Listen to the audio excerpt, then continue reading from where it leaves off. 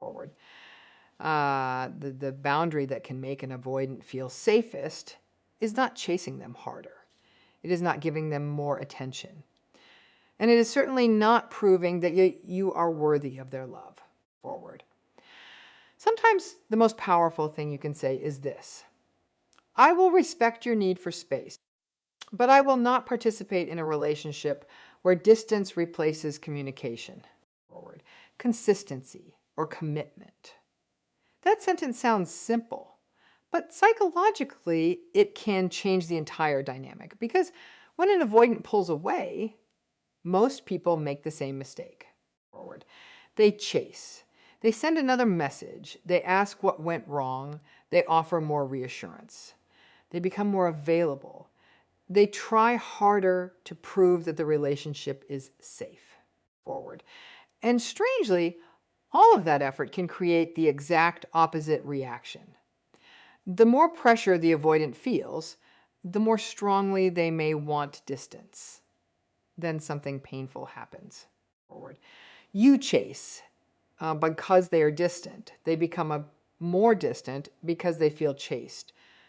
You become more anxious because they are pulling away. Forward. They feel even more pressure because your anxiety increases. And suddenly, forward. Two people who may genuinely care about each other are trapped inside a cycle that neither person knows how to stop. But there is another way. A way that does not involve manipulation. Forward. A way that does not involve playing hard to get. A way that does not require pretending that you do not care. It begins with a healthy boundary. Forward. And that boundary sends a very different message. It says, you are allowed to have space, but I am also allowed to have standards. Forward. That difference matters more than most people realize. Avoidant attachment is often misunderstood. People hear the word avoidant and assume it means someone who does not want love. Forward. Someone who has no feelings. Someone who is incapable of commitment. That is far too simple. Avoidant attachment isn't an attachment pattern. It is not a diagnosis. Forward. And not every person with avoidant traits behaves in the same way. Some people with higher attachment avoidance deeply want relationships. They may care intensely about another person. Forward. They may even crave connection. But when emotional closeness becomes intense, uncomfortable feelings can appear. Dependence can feel threatening. Vulnerability can feel risky. Forward.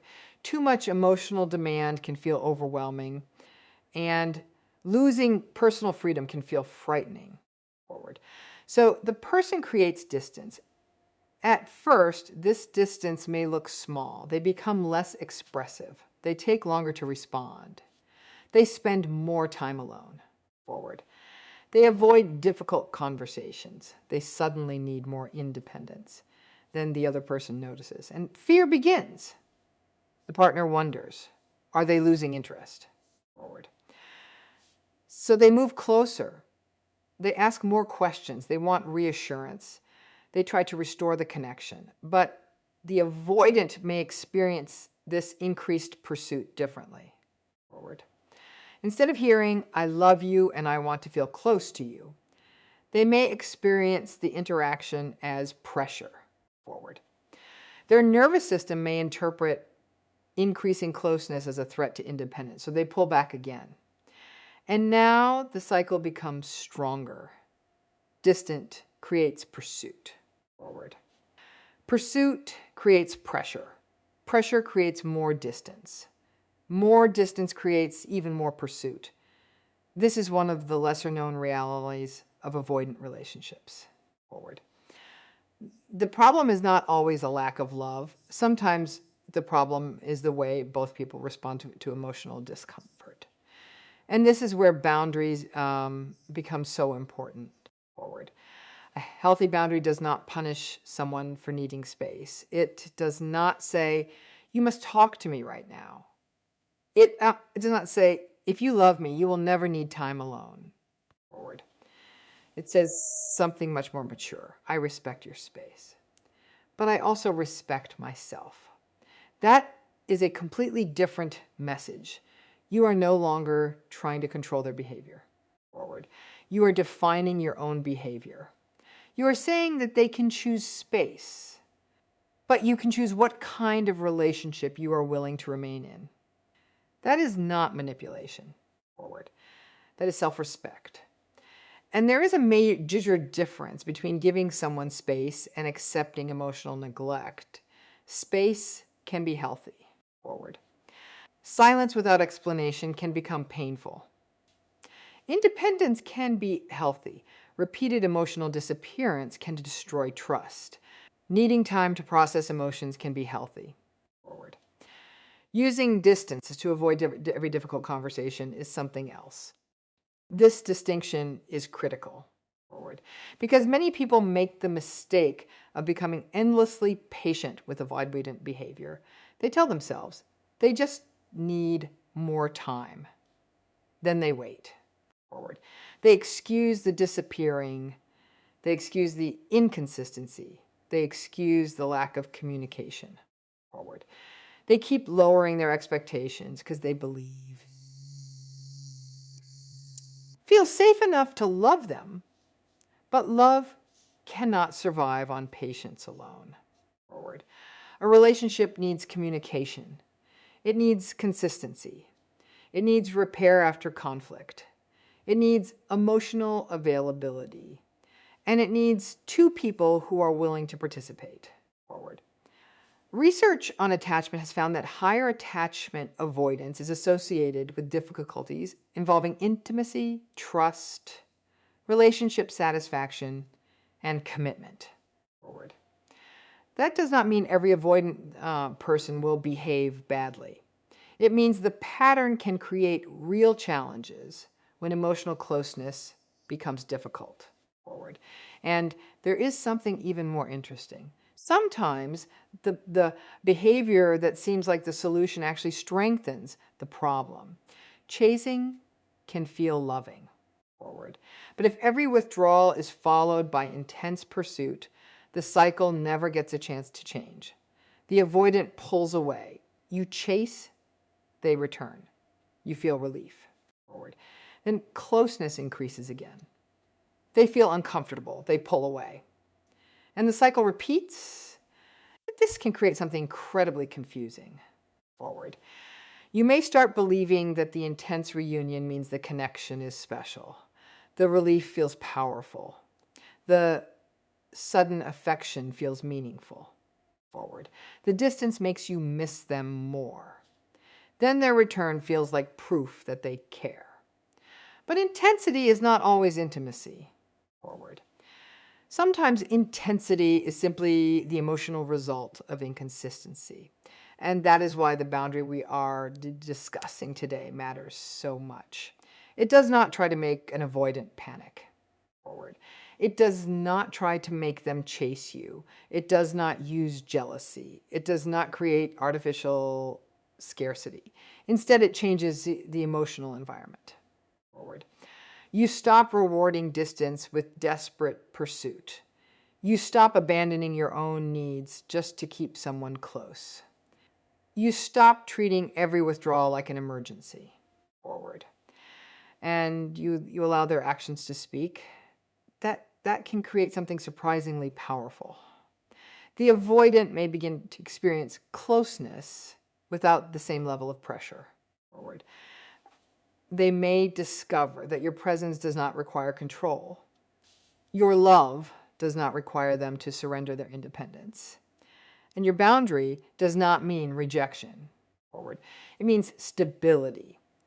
But there is an important warning. This boundary cannot make someone fall in love forever.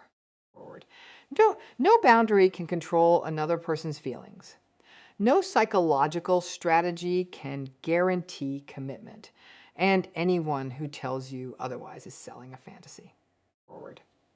The real power of this boundary is different. It reveals whether the relationship has the potential to become healthier. Because when you stop chasing, something becomes visible. Forward. Does this person move toward you voluntarily? Do they communicate? Do they return when they say they will?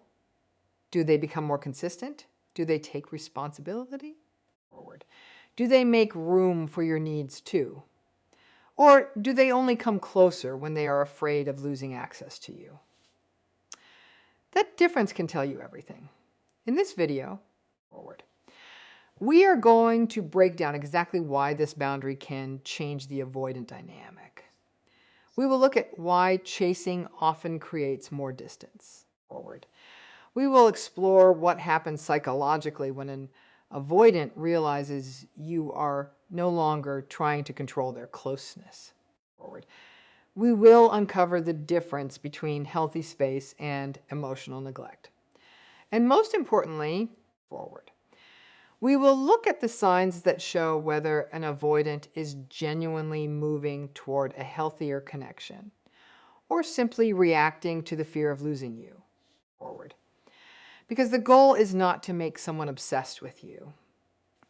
The goal is not to make them suffer. The goal is not to win a psychological game. The goal is to understand a deeper truth. Forward. You can love someone deeply without chasing them. You can give someone's space without abandoning yourself. And you can keep your heart open while keeping your standards intact. Forward. The moment an avoidant realizes that your love is available, but your self-respect is not negotiable, the entire relationship can begin to look different. And sometimes, forward, that is where the real turning point begins. Welcome to relationship reality. If you want to understand the psychology behind attachment, emotional distance, forward, and complicated relationships, subscribe to the channel and stay with us. There is a boundary that changes the entire dynamic without playing a single game. It is simple. Forward. You are free to take space. I am free to decide what kind of relationship I will stay in. That sentence does something very different from chasing. Forward. It does not demand that the avoidant come closer. It does not threaten to leave. It does not beg for reassurance. It simply puts responsibility back where it belongs. Forward. They control their distance. Forward. You control your participation. That distinction is powerful because chasing creates a hidden imbalance. One person becomes responsible for keeping the connection alive. Forward. The other becomes responsible for deciding when closeness is allowed. Every time the avoidant pulls away, the chasing partner tries harder. Another message, another explanation. Forward. Another attempt to prove love. But the more one person pushes for connection, the more the other person may experience connection as pressure. Forward. This is where psychological reactance becomes important. A psychological reactance is the tendency to resist when people feel that their freedom is being restricted or controlled. Forward. It can happen in ordinary situations. When someone tells you that you must do something, you may suddenly want to do the opposite. In relationships, forward, this reaction can become much stronger when independence already feels extremely important. For someone with strong avoidant tendencies, forward, repeated demands for closeness can feel like a loss of freedom. The strange part is that the person chasing may believe they are creating safety. They're just saying, forward, I just want to feel close to you. But the other person may hear, you are not allowed to have space. That difference can completely change the emotional response. Forward. A healthy boundary removes that pressure. It says, you can take space. I will not chase you through it. Forward. But I will also not pretend that disappearing is enough for a healthy relationship. That is not coldness. That is emotional stability. Forward. And emotional stability is very different from manipulation. You are not ignoring them to make them panic. You are not becoming distant so they will suddenly fear losing you. Forward. You are not pretending to be unavailable. You are not using silence as revenge. You are not calculating how many hours to wait before answering a message. Forward. Those are strategies designed to control another person's reaction. A boundary is different. A boundary tells someone what you will accept and what you will not accept. Forward. There is no performance. There is no hidden trap. There is no punishment. You simply stop participating in a pattern that hurts you. Forward. This can be especially powerful because calm behavior sends a message that emotional closeness does not have to mean control. You can care without chasing. Forward. You can communicate without demanding. Forward. You can give space, disappearing yourself. And when an avoidant no longer feels that every moment of distance will trigger an emotional pursuit, forward, the pressure surrounding closeness may begin to change. The relationship becomes less about escape and pursuit. It becomes a choice. They can move closer because they want to. Forward. You can remain available without abandoning your standards. And that is where something very interesting begins to happen. Forward. The absence of chasing removes the old reaction that kept the cycle alive, leaving the avoidant with a different question to face. If you are no longer running after them, forward, what will they choose to do on their own? The moment you stop chasing distance, something important becomes easier to see. Forward. The problem was never simply that one person wanted love and the other did not. The deeper problem can be the cycle created between them. One person feels distance. They become anxious. Forward. They reach out. The other person feels pressure. They pull back. That withdrawal creates even more anxiety. So the first person reaches out again. Forward. And the cycle becomes stronger every time it repeats. This is often called the anxious avoidant feedback loop. Forward. The painful part is that both people may believe they are fixing the relationship. The anxious partner thinks, if I can just get closer, everything will feel safe again. Forward. The avoidant partner thinks, if I can just get enough space, I will finally feel calm. Both are trying to regulate their discomfort, but their solutions collide. Forward. For someone with strong avoidant tendencies, repeated pursuit can feel like pressure. A simple request for reassurance can slowly become 10 messages. Forward. A desire for communication can become repeated questions. A need for connection can become constant checking. And from the avoidant side, forward, this can feel like an emotional demand that never ends. They may begin to feel that there is no correct answer. If they respond quickly, more conversation follows. Forward. If they ask for space, they may receive more questions. If they become quiet, the other person becomes more anxious. Forward. The avoidant can begin to feel trapped inside an expectation they cannot satisfy. That is when emotional deactivation can appear. Forward. This is one of the lesser known parts of avoidant behavior. The person may not simply anymore. Instead, they may start reducing their emotional focus. Forward. They become less expressive. They stop sharing as much. They focus more heavily on flaws. Small problems suddenly seem enormous. Qualities they once admired may become irritating. Forward. The relationship itself may begin to feel like a burden. Their mind can become focused on reasons to create distance. This does not mean every avoidant person consciously does this. Forward. It is better understood as a protective pattern. When closeness feels threatening, emotional distance can feel safer. Forward. Research on attachment avoidance has linked this pattern with goals aimed at reducing closeness and dependence in romantic relationships. Forward. That detail matters because it explains why more reassurance does not always solve the problem. You could tell someone 10 times that you love them. Forward. You could promise that you will never leave. You could make yourself constantly available. You could remove every possible reason for them to feel insecure. Forward. And they still might pull away because the problem may not be a lack of reassurance. The problem may be how closeness itself is being experienced. This creates a painful paradox. Forward.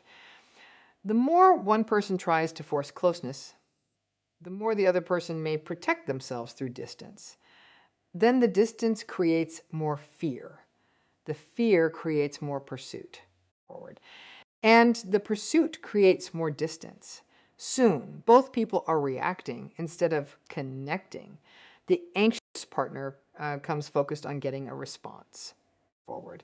The avoidant partner becomes focused on escaping pressure. Neither person is experiencing the relationship from a calm place. Forward.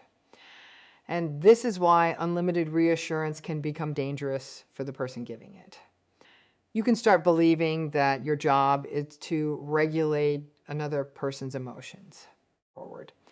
You begin monitoring every message, every pause, every change in tone, every delayed response. Forward. You become responsible for keeping the relationship comfortable for someone who is not equally responsible for maintaining the connection. That is not security. Forward. That is emotional exhaustion. A boundary changes this pattern because it does not simply reduce attention. It changes the rules of participation. Instead of asking, forward, how can I make this person come closer? The question becomes, can this relationship function when neither person is chasing or escaping? Forward. And that shift takes the relationship into a completely different psychological territory. Forward. There is a major difference between distance created by rejection and space created by emotional security. From the outside, they can look almost identical. Both involve less contact. Forward. Both involve time apart. Both can create silence, but emotionally, they send completely different messages. Rejection says, I am pulling away from you. Healthy space says, forward. I care about you, and I trust this relationship enough to give you room. That difference can matter deeply to someone with strong avoidant tendencies. Forward. A healthy boundary communicates three things at the same time. I care about you. I respect your independence. And I also have standards. That combination is rare. Forward. Many people believe love means becoming completely available to another person. They answer every message immediately. They constantly reassure. They cancel their plans. Forward. They monitor the other person's mood. They make the relationship the center of everything. It can feel romantic, but it can also create pressure. Forward. Emotional independence works differently. You can love someone while still having your own life. You can care deeply without needing constant contact. Forward. You can miss someone without panicking. You can give them space without turning that space into punishment. And this can reduce the emotional weight surrounding closeness. Forward. For an avoidant person, that difference can be important.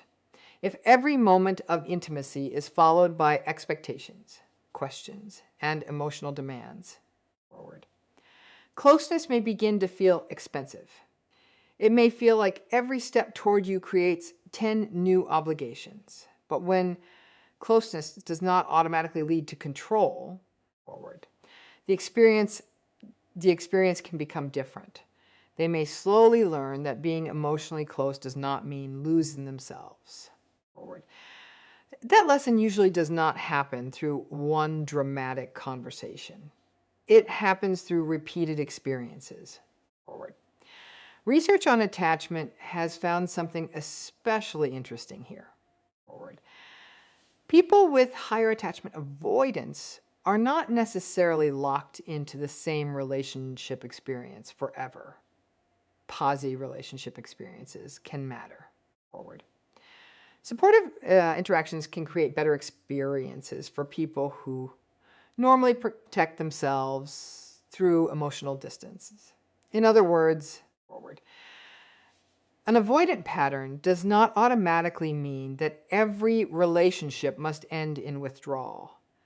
The emotional environment can matter. Forward. And this is why consistency is often more powerful than intensity. One grand romantic gesture may feel incredible, but one gesture does not create trust. Forward. Trust grows through repetition. You communicate calmly. They ask for space. You respect it. They return. You remain consistent. A difficult conversation happens. No body disappears. Forward. A disagreement occurs. Both people repair it. Over time, these moments create a different emotional message. Closeness does not automatically mean control. Forward. Vulnerability does not automatically mean weakness. Commitment does not automatically mean losing independence. That is the deeper purpose of a healthy boundary. Forward. It creates room for voluntary closeness. The avoidant does not have to move closer because they are being chased. They move closer because they choose to. Forward. And that distinction is enormous. Forced closeness can create resistance. Voluntary closeness can create curiosity. One feels like pressure. The other feels like choice. Forward. This does not mean you should become distant to make someone chase you. That simply recreates the same game from the opposite direction. Forward. The goal is not to become emotionally unavailable. The goal is to become emotionally grounded. You remain warm. You remain honest. You remain clear. Forward. But you stop trying to control the other person's emotional speed. Something subtle can happen when that pressure disappears. Forward. The avoidant may begin to discover that connection does not always demand surrender. They can have closeness and independence at the same time. Forward. They can be loved without being controlled. They can take space without destroying the relationship. And once that experience begins repeating, forward, the relationship can enter a very different phase, because the question is no longer whether closeness feels threatening. Forward.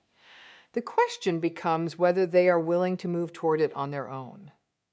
There is a moment that can quietly change the entire relationship dynamic. The avoidant pulls away. Forward.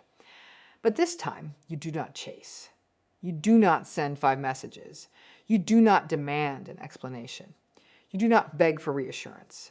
You simply stay calm. You continue living your life. Forward. And suddenly the old pattern has nowhere to go. This can create a psychological shift. The avoidant may notice that you are responding differently. You are still caring. Forward. But you are not panicking. You are still available. Forward. But you are not constantly waiting. You still communicate, but you are not emotionally chasing. And that difference can be surprisingly powerful. Forward. For someone who has become accustomed to a pursuit withdrawal cycle, your calmness can challenge their expectations. They may have expected distance to produce pursuit. Forward. They may have expected silence to create emotional pressure. They may have expected you to keep trying until they finally responded. But now, there is no chase. There is simply space. Forward. And space can reveal something that constant pursuit often hides. Choice. They now have to decide what they actually want to do. Do they move toward you? Do they communicate? Forward. Do they make an effort, or do they remain distant? That answer matters. Because when you stop chasing, you are not forcing them to come closer. Forward. You are allowing their own behavior to become visible. This is where many people misunderstand avoidant psychology. Forward. They think the moment an avoidant comes back means the strategy worked. Not necessarily. Someone can miss you without being ready for intimacy. Someone can return without changing. Forward. So someone can want you without knowing how to maintain a healthy relationship. Those are three very different things. Missing you is an emotion. Readiness is a capacity. Forward. Returning is an action. Chant is a pattern. And healthy relationships require the pattern. An avoidant may suddenly message after weeks of distance. Forward. They may become affectionate again. They may tell you that they were thinking about you. They may say that they miss what you had. Those moments can feel incredibly powerful. Forward. Especially after silence. But the emotional intensity of a reunion can make people overlook what happens next. Does the communication become more consistent? Forward. Do they explain their needs instead of disappearing? Do they ask for space in a healthy way? Do they return when they say they will? Can they tolerate difficult conversations? Forward. Can they acknowledge how their behavior affected you? Can they stay present when emotions become uncomfortable? These are much stronger signs of progress. Forward. Research on attachment has connected higher avoidance with difficulties involving commitment, relationship maintenance, and persistence. Forward. That means the real test is not whether someone can feel attraction. Forward. The real test is whether they can remain engaged when the relationship becomes emotionally demanding. That is where genuine change becomes visible. Forward. A person can miss you terribly and still repeat the same behavior. They can fear losing you and still avoid emotional responsibility. Forward. They can become intensely affectionate for three days and disappear again on the fourth. That is not stability. That is a cycle. And this is why your response matters. Forward. When you stop chasing, you stop supplying the emotional energy that keeps the old cycle moving. You are no longer trying to convince them to choose you. Forward. You are watching whether they choose you through their actions. That can create a completely different kind of pressure. Not pressure from you, pressure created by reality. Forward. If they want the relationship, they now have to participate in it. They have to communicate. They have to show consistency. They have to tolerate vulnerability. Forward. They have to make room for your needs too. And slowly the question changes. It is no longer, how can I make them come closer? It becomes, forward. Are they capable of moving closer without being chased? That is the moment when their behavior starts revealing far more than their words ever could. The strongest boundary is not, forward. Come closer or I will leave. That can sound powerful, but it still makes the relationship about fear. A healthier boundary sounds very different. Forward. I want a relationship where both people can communicate, repair conflict, show consistency, and make space for each other. That statement does not threaten. It defines. Forward. It tells the other person exactly what kind of relationship you are willing to build. And this is where real change becomes easier to recognize. Forward. Because genuine progress is rarely dramatic. It usually looks surprisingly ordinary. They communicate instead of disappearing. They tell you when they need space. Forward. They do not vanish without explanation. They can say, I need some time to process this, without making you wonder whether the relationship is over. And more importantly, forward, they return when they say they will. That small action can reveal a lot. It shows that space does not have to mean abandonment. Forward. It shows that independence and commitment can exist together. Another sign is their ability to tolerate emotional conversations. They may still feel uncomfortable. Forward. They may still need time, but they stay present. Forward. They listen, they respond. They not immediately shut down every time the conversation becomes vulnerable. Then something even more important begins to appear. Consistency. Forward. Not one perfect week, not one emotional conversation, not one romantic weekend. Consistency over time. Because secure behavior is not proven by intensity. It is proven by repetition.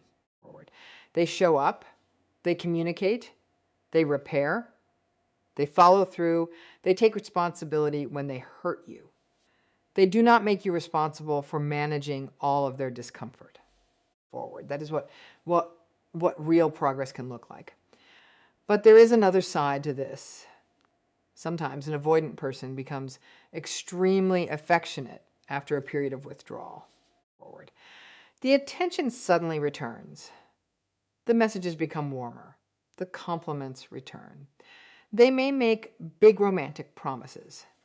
And after being deprived of their attention, forward, those moments can feel overwhelming. But intensity can be deceptive. A person can say everything you want to hear without changing the pattern that caused the pain. Forward. They can promise commitment without taking consistent action. They can return because they sense that you are finally moving on. Then, forward, once they feel secure that you are still available, they may withdraw again. This is where intermittent attention becomes dangerous. Forward. Unpredictable rewards can create powerful emotional attachment. The brain begins waiting for the next moment of connection. One day there is warmth. The next day there is silence. Forward. Then warmth returns. That unpredictability can make the relationship feel incredibly intense. People may mistake that intensity for extraordinary chemistry. Forward. But sometimes the strongest emotional pull comes from uncertainty. You are not simply enjoying the good moments. You are waiting for them. Forward. That waiting can make every message feel more important. Every reunion can feel more meaningful. Forward. Every small sign of affection can feel like proof that everything is finally changing. Then the cycle starts again, distant.